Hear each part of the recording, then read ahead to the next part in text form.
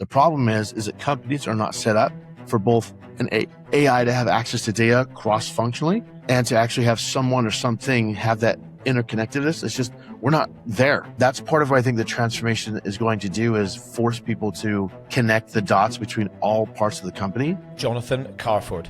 Jonathan is the VP of Marketing at OneMind, and he is a AI coach known as Coach K. In order for AI to have the impact you need, like you said, it needs data. And the question therefore is, okay, what data does it need? Do you want to silo that AI to just marketing, or should it have access to marketing and sales, or marketing, sales, and customer success? And I'm like, if you're gonna have a revenue agent, it needs to understand what's going on in the entire journey, not just sales. You end up having more silos, but your sales team works faster, which is great.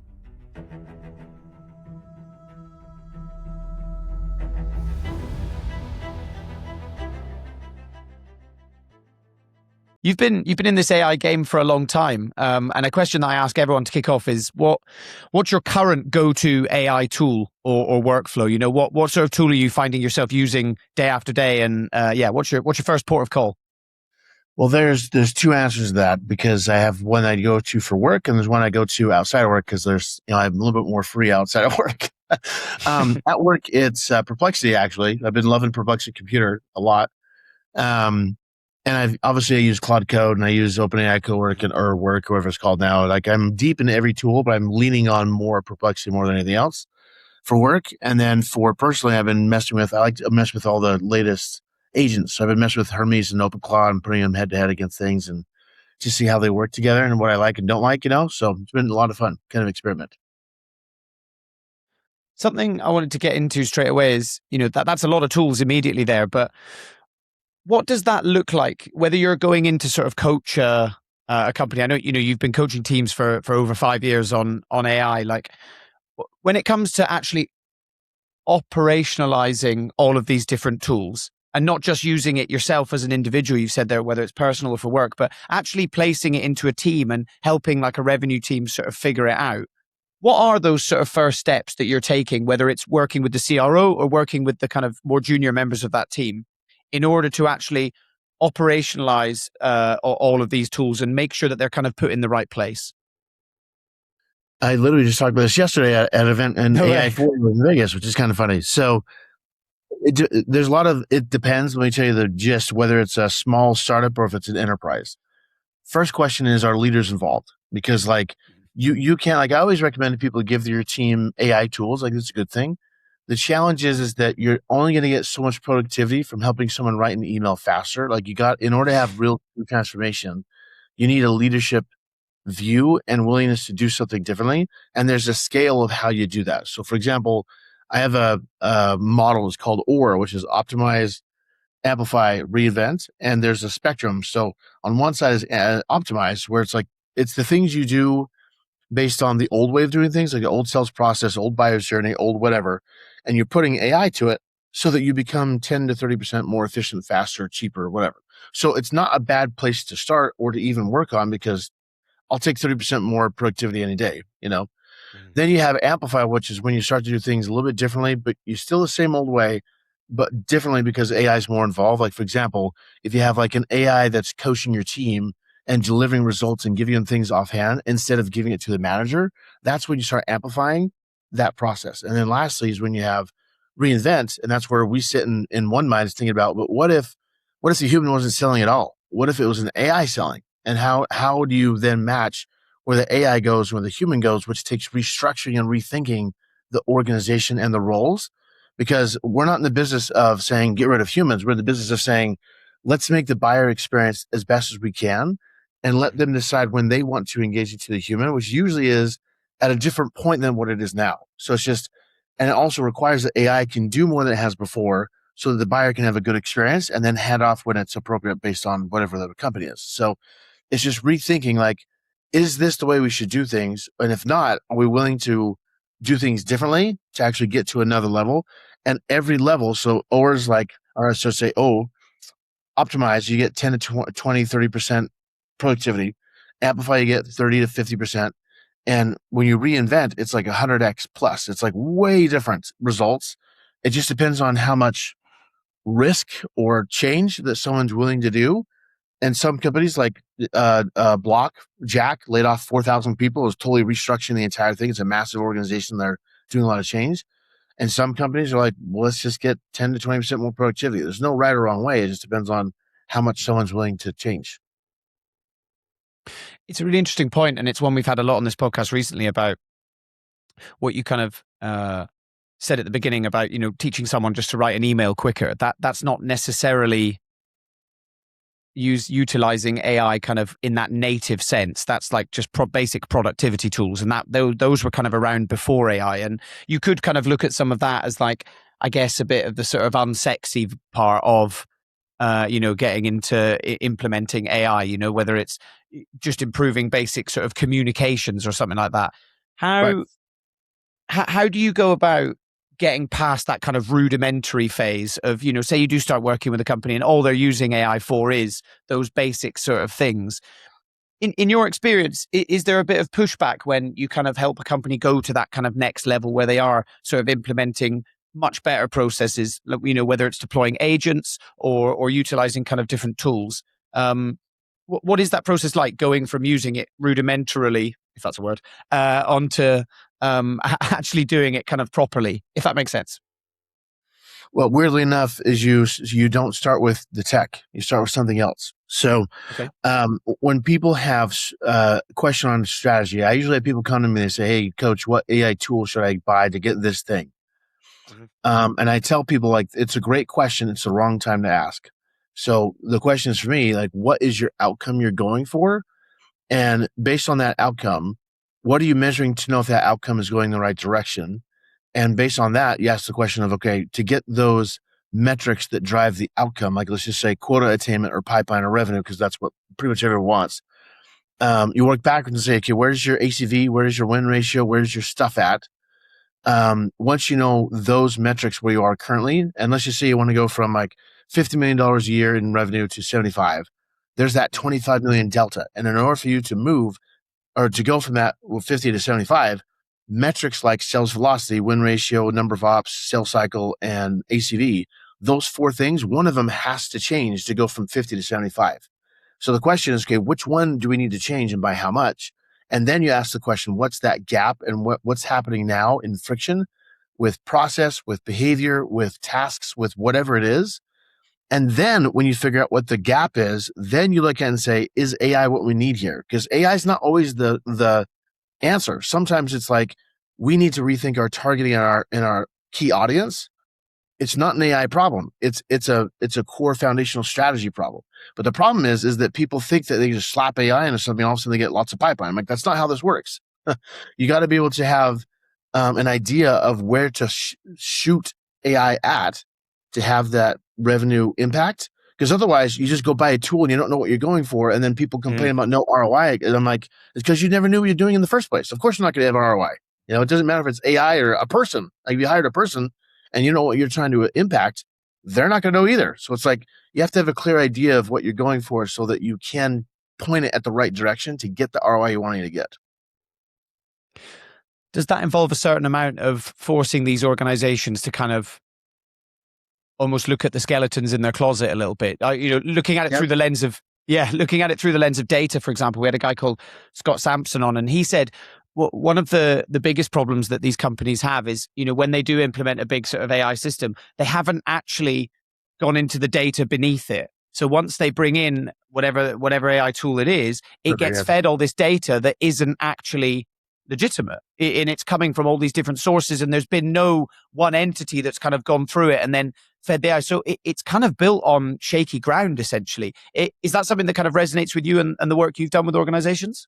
All the time. Like, AI, to get real value of AI forces people. Like, what I love about AI is it's a mirror. Whether it's an individual or it's a company, when someone comes to me and they say their opinion of AI, I'm like, what you tell me about AI tells me more about you than it does about AI. And it's the same thing with the company. So if they're like unwilling to change at a certain point, they just want to accelerate the old way, I'm like, we can do that, but you're not going to get the results you're looking for by trying to do things the old way faster. You got to rethink how you do things. And a lot of people, like, for example, I at my past company, Momentum, we optimized the sellers, and OneMind, we're optimizing the buyers. But at Momentum, we looked at like a seller's day, and I said, okay, what is expected of a seller to go into one call, first call to talk to somebody? And I identified 130 tasks and I don't know how many behaviors. Like there's 40, 50 behaviors we look at, from like entering CRM to taking notes to how they are on the call, like all these things we expect from a salesperson. And then on the data side, because we want to look at two things. What are we asking for our team and what's going on in the data? There's 180 data points from one call. And most people are like capturing 20, maybe. So it's like really understanding like what data do you need to capture? I'm not saying you should get all 180. The question is, are you getting the data you need to make the decisions you need to make the impact? And then are you willing to, again, look at, like you said, the skeletons? A lot of times companies don't have bad processes, bad data, and they're not willing to look at it. And AI forces them to say, you got crappy data. You got to redo this thing to make sure it works well, which is crazy. And who does that fall onto? Because again, this is something that I'm continuously reading about, hearing about, talking about on this podcast is when a tool is onboarded, often like it's kind of put onto perhaps like a sales leader, a sales manager, and they already are generally a bottleneck within these organizations and don't have time anyway. So it kind of falls to them from above, and then below are expecting them to sort of lead it all. How do you go about sort of putting the human in all of this in the right place? And who is that human when a tool is onboarded or a new system is put in? Well, there's lots of thoughts on this, and I don't know if there's a perfect answer, because I think people are figuring it. I'm still figuring it out. So I have a theory, and I'll tell you my theory, and we'll go from there. So, in order for AI to have the impact you need, like you said, it needs data. And the question therefore is, okay, what data does it need? Do you want to silo that AI to just marketing, or should it have access to marketing and sales, or marketing, sales, and customer success? And I'm like, if you're going to have a revenue agent, it needs to understand what's going on in the entire journey, not just sales. So that's one. And then the question is, okay, does it need to understand finance and recruiting and other stuff? Like, just as important as communication is for the entire team of a company, is just as important for an AI to have access to the data. The problem is that companies are not set up for both an AI to have access to data cross-functionally and to actually have someone or something have that interconnectedness. It's just, we're not there. That's part of what I think the transformation is going to do, is force people to connect the dots between all parts of the company. And obviously, like an enterprise, that is a massive ask. So it's like you end up having more silos, but your sales team works faster, which is great. At Chase Bank, I love them because they're such a good example with AI, which is funny because they're an they're like one of the oldest banks. But what they've done, what Jamie, the CEO, has done, he took the main AI leader and moved her from IT to report to him. And underneath her is an AI team that goes out to the entire organization and makes sure that they pretty much do like a front deployed engineer model, but internally, and figure out what does each team need and how do we connect it through the rest of the company to make sure that we're getting the best. That Chase has this intelligence system that's interconnected. Does that make sense? And he has, like I said, he has an AI, I'm going to call him ops, AI leader that is responsible for the entire company. So I think that's the way we're going to go. In fact, even at OneMind, we're hiring for someone to do that very same thing, because I've seen that pattern over and over and over again, that it is an organizational wide role. There are a lot of people who have like a GTM engineer or RevOps that does revenue. But the problem with that is they're still gated and walled at revenue, and it needs to expand out from there to get real true power organizationally from AI. Yeah, I saw on LinkedIn recently, there was I was creating an ad for I was creating an ad campaign, and I was building the audience, and it was a lot of C-suite people we were putting in, and one of them, a job title came up that I'd never seen before, and it was Chief AI Officer. So they're literally adding all the way and up to that top level. So like you said, and I think that was why I wanted to kind of get into this, because it kind of sits adjacent to all departments, doesn't it? You know, if you apply a tool and you're like, oh, it goes into RevOps, you know, if it goes into marketing, if it goes into, I mean, you know, it all comes under GTM these days, which if anything, I think is actually making it more confusing. You know, asking people to define GTM, I think tends to confuse people as well. But it was really interesting. It was really interesting to see that it's going all the way up to the that sort of top level now within organizations. They're hiring like a chief AI officer. Yeah, the hard part is with that is that I've been at AI4 and I've talked to many chief AI officers, and a lot of them are Cool. kind of more IT, AI tech-esque. And Right. not that they're not doing what I just said about Chase. It's just they're not exactly on the purview of change management. They're more looking at the tech itself and not necessarily on internal deployments, which is very interesting to me. It's more about their AI strategy externally. And obviously they oversee the tech internally, but the role's not in like transformation. It's more of like, what is responsible for the tech? It's kind of like an IT-esque it's like IT with a different title. But there's others who are exactly what I'm talking about, where their mission, their goal is like a chief AI officer is both what are we doing externally, and then how do we connect that to internally, so that if they have an AI product, how does that inform the rest of the team, and how do we use AI internally to inform the product? So it's just very interesting how that changes. And it's because we're all figuring it out. Like no one has an answer. No one has a model. It's like this is 100%. Like we don't know. So I admire and respect any company that's like saying, let's try, let's see what we can do here Yeah. and see what happens. You know. It's such a good point, and I know you've been in this for a lot longer than most people have, and it's really interesting to hear that still, and it's not even just that no one has a clue; it's that the goalposts move every couple of weeks as well, don't they? Things are just changing so fast. You think you've got a handle on how it should be done, and then 2 weeks or maybe a month later, say everything's suddenly changed completely different, and Claude's dropped a whole new model that can suddenly do this. So you're like, right, we can completely rearrange the way. And one example is you mentioned agents at the very beginning of the podcast, and then you were talking about kind of buyers and things like that. Eventually, surely we're going to get to the point where it's going to be a seller's agent talking to a buyer's agent as well. And how can GTM teams or RevOps teams start thinking about that, and what's the effect that's going to have, and especially when it comes to kind of sales? Is that something you found yourself sort of talking to organizations about as well? Not just AI on the seller side, but also on the buyer side? All the time. Yeah. Yeah, all the time. I've been thinking about this a lot, actually. So One Mind, we're building the technology so someone could have a One Mind technology on their website and not just help with, like, One Mind right now is set up to talk to humans, but the next iteration is when it talks to AI. And most people right now are thinking about AI search, which is great, but that means you have like a Perplexity, Claude, ChatGPT, whatever, that goes to a website, scrapes it, gets some information, comes back and gives information. There's a difference between that and then going to a website and then meeting an agent and talking. That's a different conversation. And that's where like we're building that so that someone could use our technology on the websites to talk to agents. Um, but it's like it's going to be an interesting world because I don't know where that's going to go. Like no one knows. Like we don't know this. Like well, we think it's going to work this way. It's going to be really interesting. Like if you think about the world where, let's just take my job for example.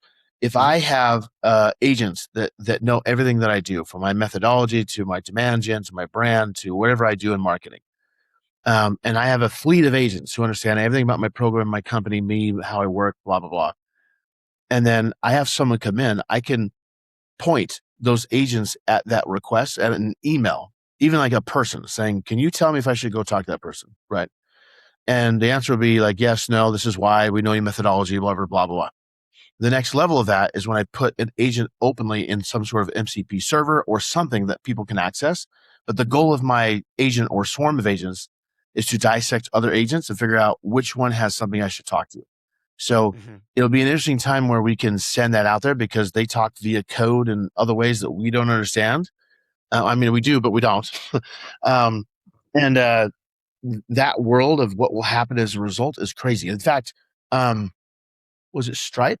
I think it was Stripe or somebody else. I can't remember what it was. Anyways, I know there's financial people who are preparing both blockchain and AI so that agents can have access to a blockchain and actually do buying and selling of stuff. So like what will create out of this is like this mini, I should say mini, it'll be a lot, this other economy that's all AI agent driven. AI selling, AI buying. Of course, it'll be I'd hope anyways, it'd be in the guardrails of each individual person or company.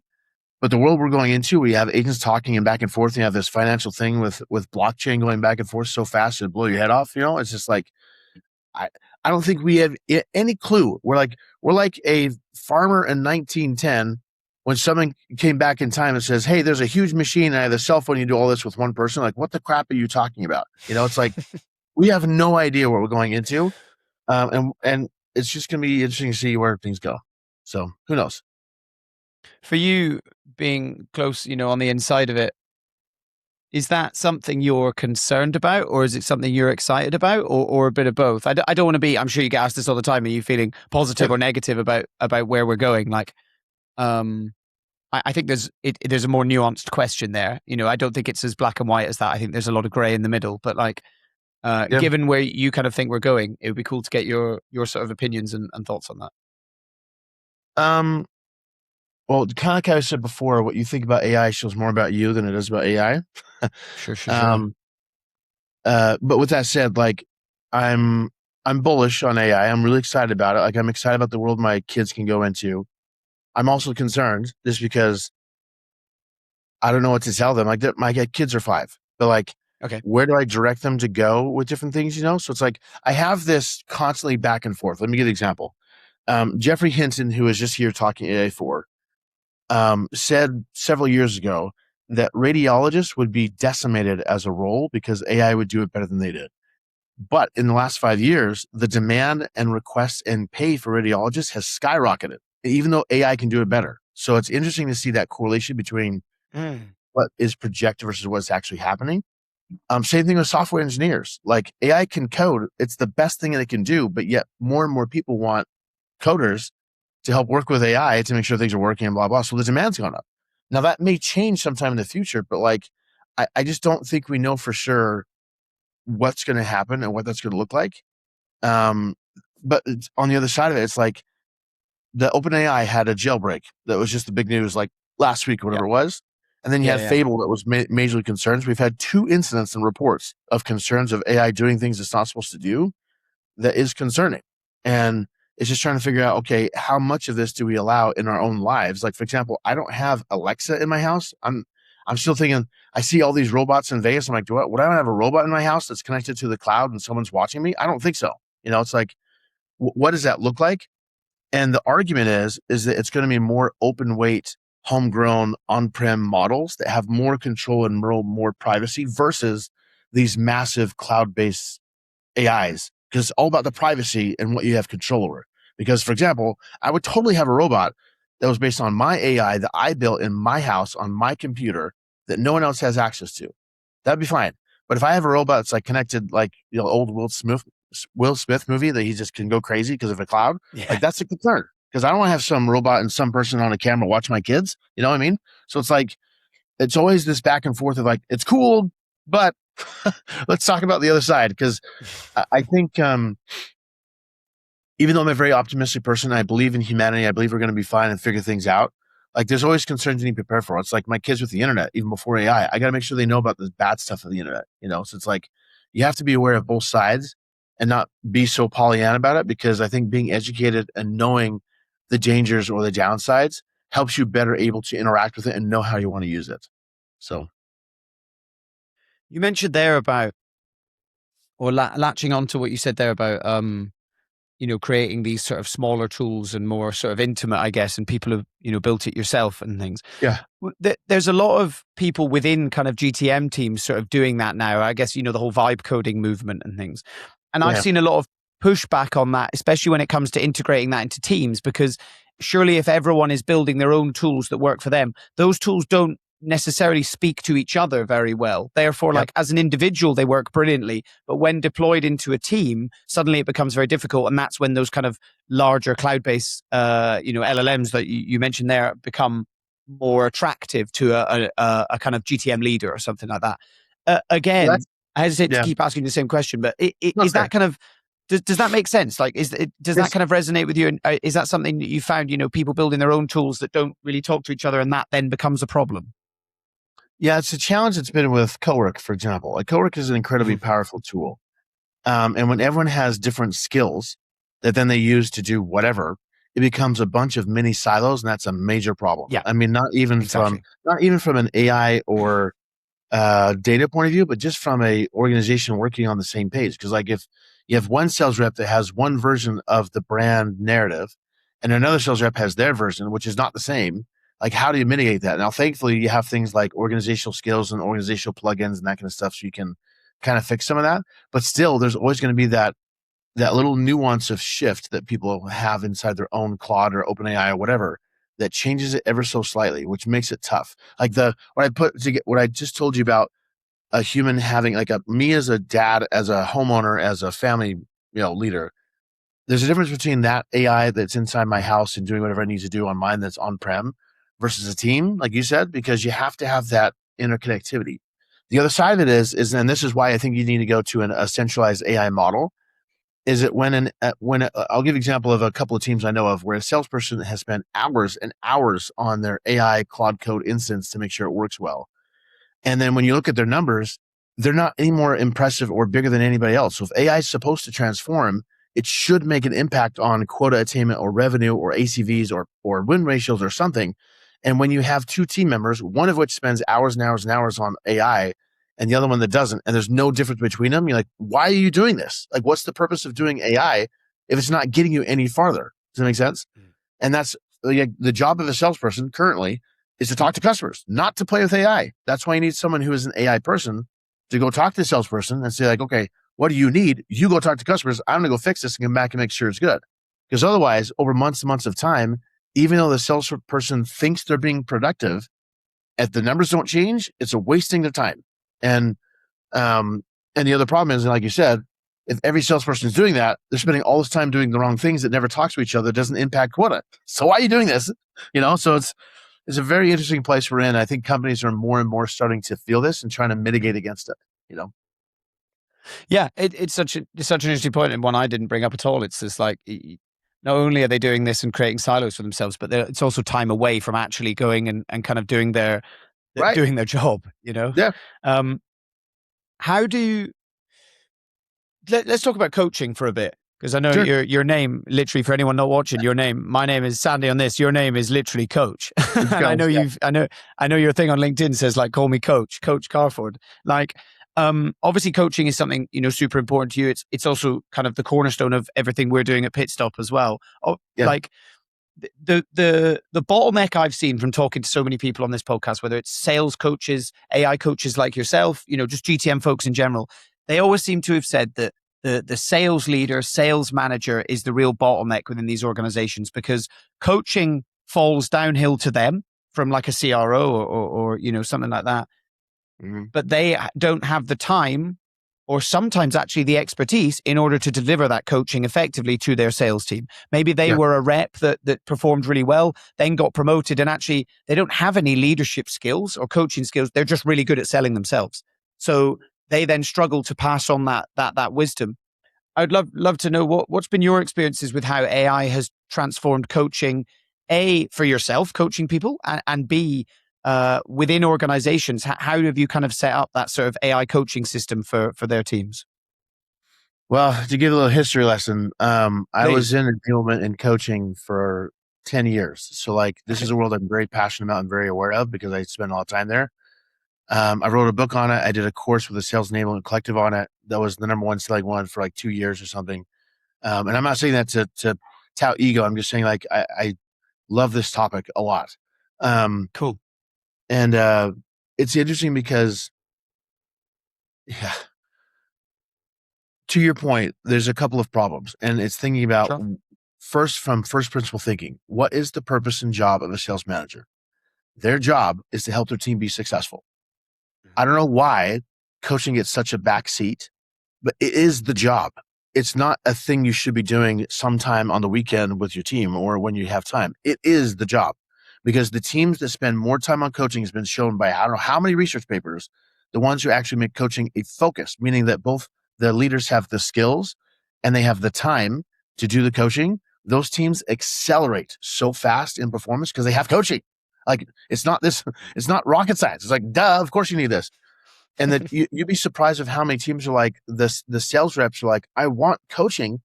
No one has time to do it with me, So first it's an organizational and leadership decision of saying, what are we expecting our sales leaders to do?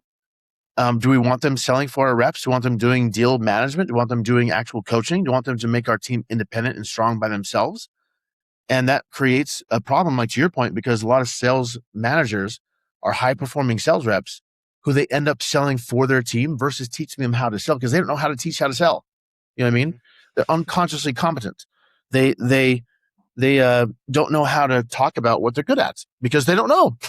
So it puts them into a really hard spot because it's not that they're unwilling to teach people. They just don't know how to say this little sweet spot that they have. So you need something or someone to draw out of them, the leaders, saying, you're really good at these 5 things. And that's what made you really good as a seller. I need you to teach these people how to do these 5 things by doing this thing. I have a model called low path. This is getting like, I haven't talked about this actually for a long time, but I'll talk about it. So let's go, man. Let's go. Called low path, and it's a stupid acronym I knew with AI a long time ago. But the point is that it talks about you guys talk about levels of competency. So there's 4 levels of competency, which is unconscious incompetence, which means I don't know what I don't know. Then there's conscious incompetence, which means I now know that I don't know. Then there's conscious competence, which means I now know that I know. And then there's unconscious competence, which means I don't know what I know. and the top level is what superpowers are made of. So like the things that you're wicked good at that you don't even think about, that's an unconscious competency. And low path is a model that takes someone from unconscious incompetency to the top. So there's 6 things. There's learning, meaning like knowledge transfer. And that's where most people stop, by the way. They say, let's just transfer knowledge and then magically it happens. The next one is observing what does good and what does bad look like. Someone like you'd be amazed of how much power happens when a human can observe this is good, this is bad. That alone does so much for people. Then you have practice. The guy have practice to understand like how do I actually take an attempt to do this myself? And then there's oh gosh, I remember my A. What is the A? LPA. I haven't talked about this for a long time. I'll have to come back to that. I can't remember what the A is. What is it? Dag it. I'll come back to that. Okay. And then there's F, which is feedback, because you have to understand, like, as they go out and they actually, it's application. Sorry. Duh. So you have, I knew it would come. Yeah, you have practice, and then there's applications. You have to go out and actually apply it. So in practice, let's sit back. You have to have a safe space to practice so that if you mess up, it's not going to destroy your job, your life, your whatever. And most people don't have that because they have to practice with their manager. And that's not a safe space because the manager's going, you're an idiot. Get out of here. Then you have feedback because then when someone practices and then applies it live with a salesperson or a customer, you need feedback to understand, am I going towards the good? Or am I going towards the bad? Like, I don't know where I'm going. You got to help me. That's where coaching comes in. And then lastly is teaching. So for someone to go from applying it and knowing what these things are to going to a superpower, they need to be able to teach the process they just went through because that solidifies someone's skill in a certain area. Most people only do one of those 6 things. And that's the problem. When you start thinking about like all pieces of those, like how do I learn? I can use AI to help them learn and transfer. How do I observe? I can have AI look at all of my calls at one time and pick out things saying, this is bad, this is good. How do I practice? I can have an AI that can practice in a safe space. How do I apply this? I have an AI that can help me go into a call and be ready and say, okay, based on your strengths and your weaknesses and the methodology you may be using, here's how you apply this for this call at this time for this person. Then you have feedback. So the AI can give feedback saying, okay, based on your sales manager's methodology, here's the things you did well. Here's the things you need to work on. This line should be saying this. You should do this differently, like blah, blah, blah. And then lastly is teaching, where you can have a person actually teach an AI and get feedback on how they're teaching. And then also they can just teach people. Like have your team go out to your team meeting and let your person who just mastered a skill teach the other team members, because that's going to help them as a person master it, and it helps the rest of the team observe what does good look like. So it becomes this loop and keeps going. Does that make sense? Hopefully. So yeah, 100%. There you go. I think another. No. That was awesome, man. Thank you. Like something that we've kind of coined recently is this idea of continuous coaching as well, because I think a lot of people also assume that good coaching is, once every quarter you go to the airport hotel and you sit in a room and you get 1 day of a load of speakers and then you get nothing else for another 3 months, and they think that suddenly, as you said, that's going to just suddenly empower all of their reps to go from the bottom of that list all the way to the top, becoming unconsciously competent. And I think that's foolish. And I think I'm perhaps just mirroring exactly what you just said there, but butchering it. Like to me and to us at Pitstop, and I think you probably agree, is coaching is something that needs to be just continuous and just happening all the time. Like, I'm not saying you're being bombarded by either an AI tool or a manager every 5 minutes, but it should be almost at the point where you're getting something every day, Yeah, it's a balance, because like there is such thing as too much coaching. Like Yeah. You gotta give people a mental break to be able to do things, because I can't have feedback all the time. It's just too much, No, Same for sure. time though, I think it's good to have like, I had a sales rep once. I made an AI. This is a couple of years ago, back when AI wasn't as good as it was now. But I had an AI. It was actually Momentum that did a review for him. So he had this thing where after every call, it would score him, and it would be very simple. Like, here's the top 3 things you did right, top 3 things you need to do better. Here's your score. And he made it into a game. Like, I didn't ask him to do this. He did it. He was like, it's a game now to see how I can beat my last score on the call by applying what I have. So it's a game of like, how do I do this so I can get a higher score on AI? And it was all, the AI was all about teaching him, the sales rep, of how to apply the methodology, which is kind of fun. But for me personally, it's like the sweet spot for me is making sure that someone is prepped before the call, and that does mean time for practice. So you need a space, I would say, daily to practice is very, very, very important. So that's number 1. 2 would be is that there does need to be feedback, but I would say probably, unless it's like on a spectrum of like green to red, I would say unless it's a red concern that should be happening in the moment. Like if I have an AI on a call that can ping me and say, you got to ask this right now, because like it's during the moment you need to have that feedback. Like for example, with OneMind, we have a ride along sales engineer superhuman that's in the call talking to buyers. And many times it's saved my sales reps because it's actually performing the task and saying, hey, we forgot to ask about this thing, blah, and it asks the question. It doesn't even coach the rep, it just does it. But it also can, after the call, when it gets done, and there's on with the AI, the superhuman can say, hey, I asked this question because we need to ask this because of these reasons in the account. You know what I mean? So it's another way to kind of learn to have some support. In a perfect world, my point of view is, if you're optimizing a human, which is totally fine to do, by the way, they need to make sure they have prepped beforehand, which means for the entire day and overall skills. Then they need to have prep before the actual call for the context of the call. Then they need support during the call, and then what happens afterwards. And mostly what happens afterwards is where they need to do all the tasks they need to do for every single call. And I would say ideally you get a summary at the end of the day. So you have a half hour of a day to kind of review your day and say, like, here's what you did well, here's what you did not well. Because sometimes, as you know, like some calls you just bomb. It's not because you're crappy. It's just because you're like, I had a bad call, but when you look at patterns over time, and an AI can say, hey, you had 6 calls today. 2 were great, 4 were horrible. let me tell you what you did differently. And then you have an AI at the end of the week saying, hey, you had 25 calls this week. 5 were awesome, 3 were okay, and the rest of them were crap for these reasons. Like, that's a kind of a good review to kind of say, okay, I know what I'm doing now. And when it comes to the next week on Monday, the AI can go, okay, last week you didn't do very well here. We're going to practice these 3 things because it makes the biggest difference for your ACV. Great. Like, what sales rep did want to know?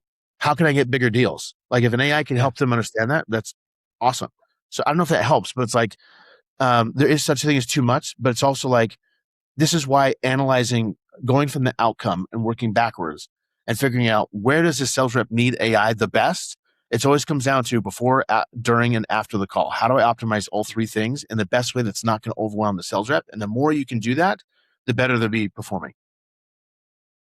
And also, the better it's going to, if you can have a tool like that, the more it's going to help the sales leader actually have time to develop their own skills as well, perhaps using that, but also, be able to find time to effectively help their team out.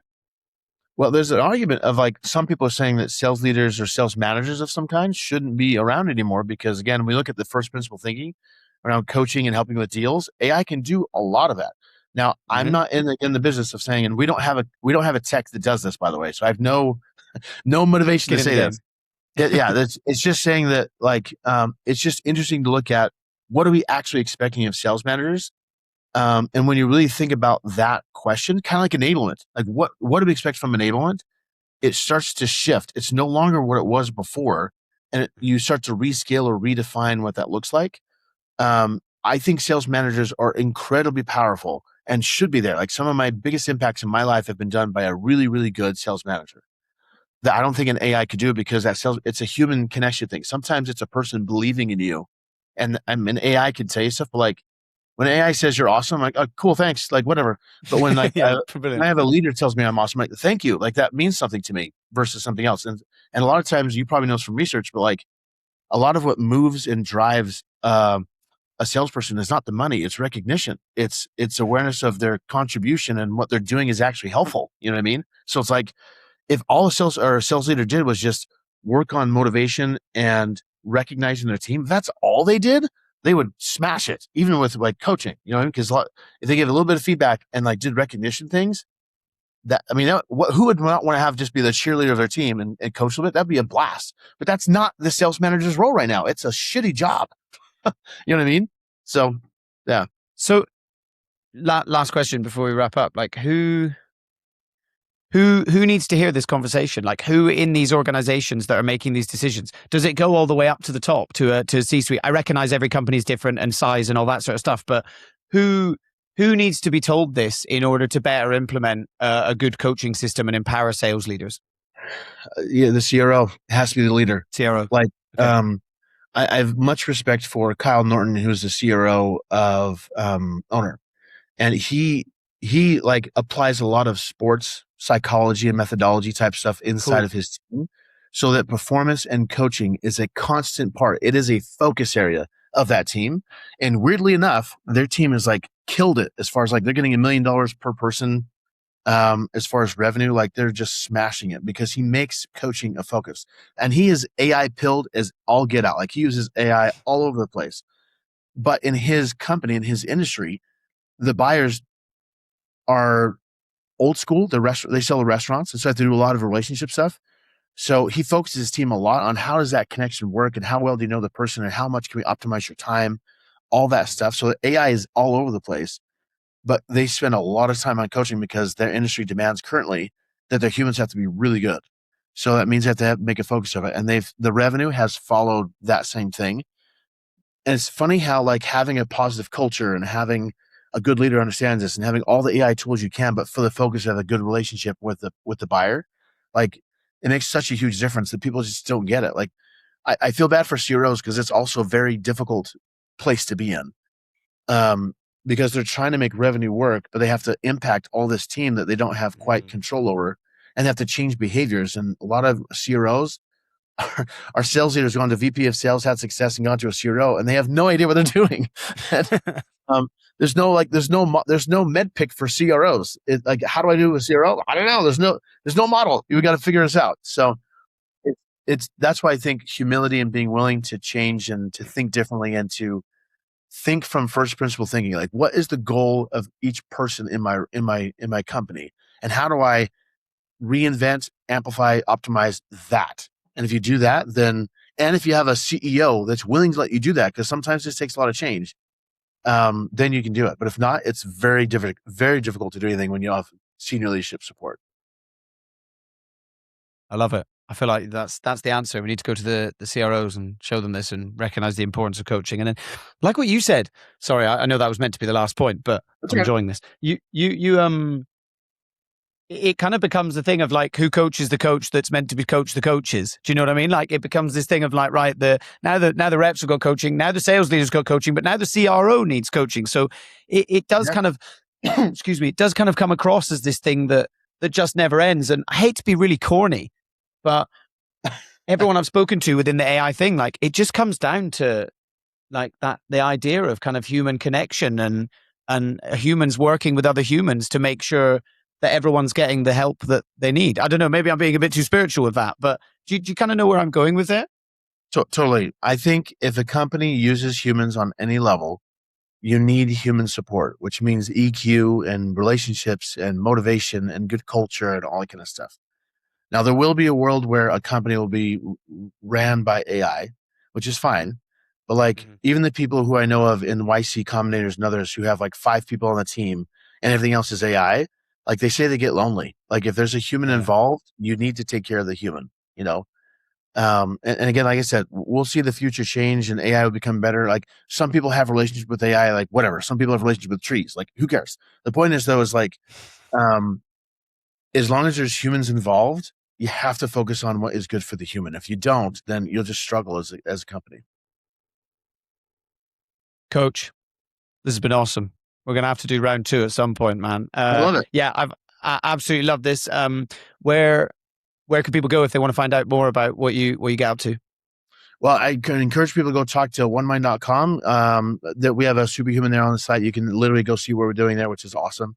And then for me, like my dumping ground of AI ramblings is LinkedIn. So if you want to Nice. about me talk about whatever topic, I just kind of dump things there and kind of go with the flow, which is fun. So that's the best place. Yeah. And anyone watching, listening, wherever you're consuming this, you'll be able to find Jonathan's LinkedIn in the show notes below.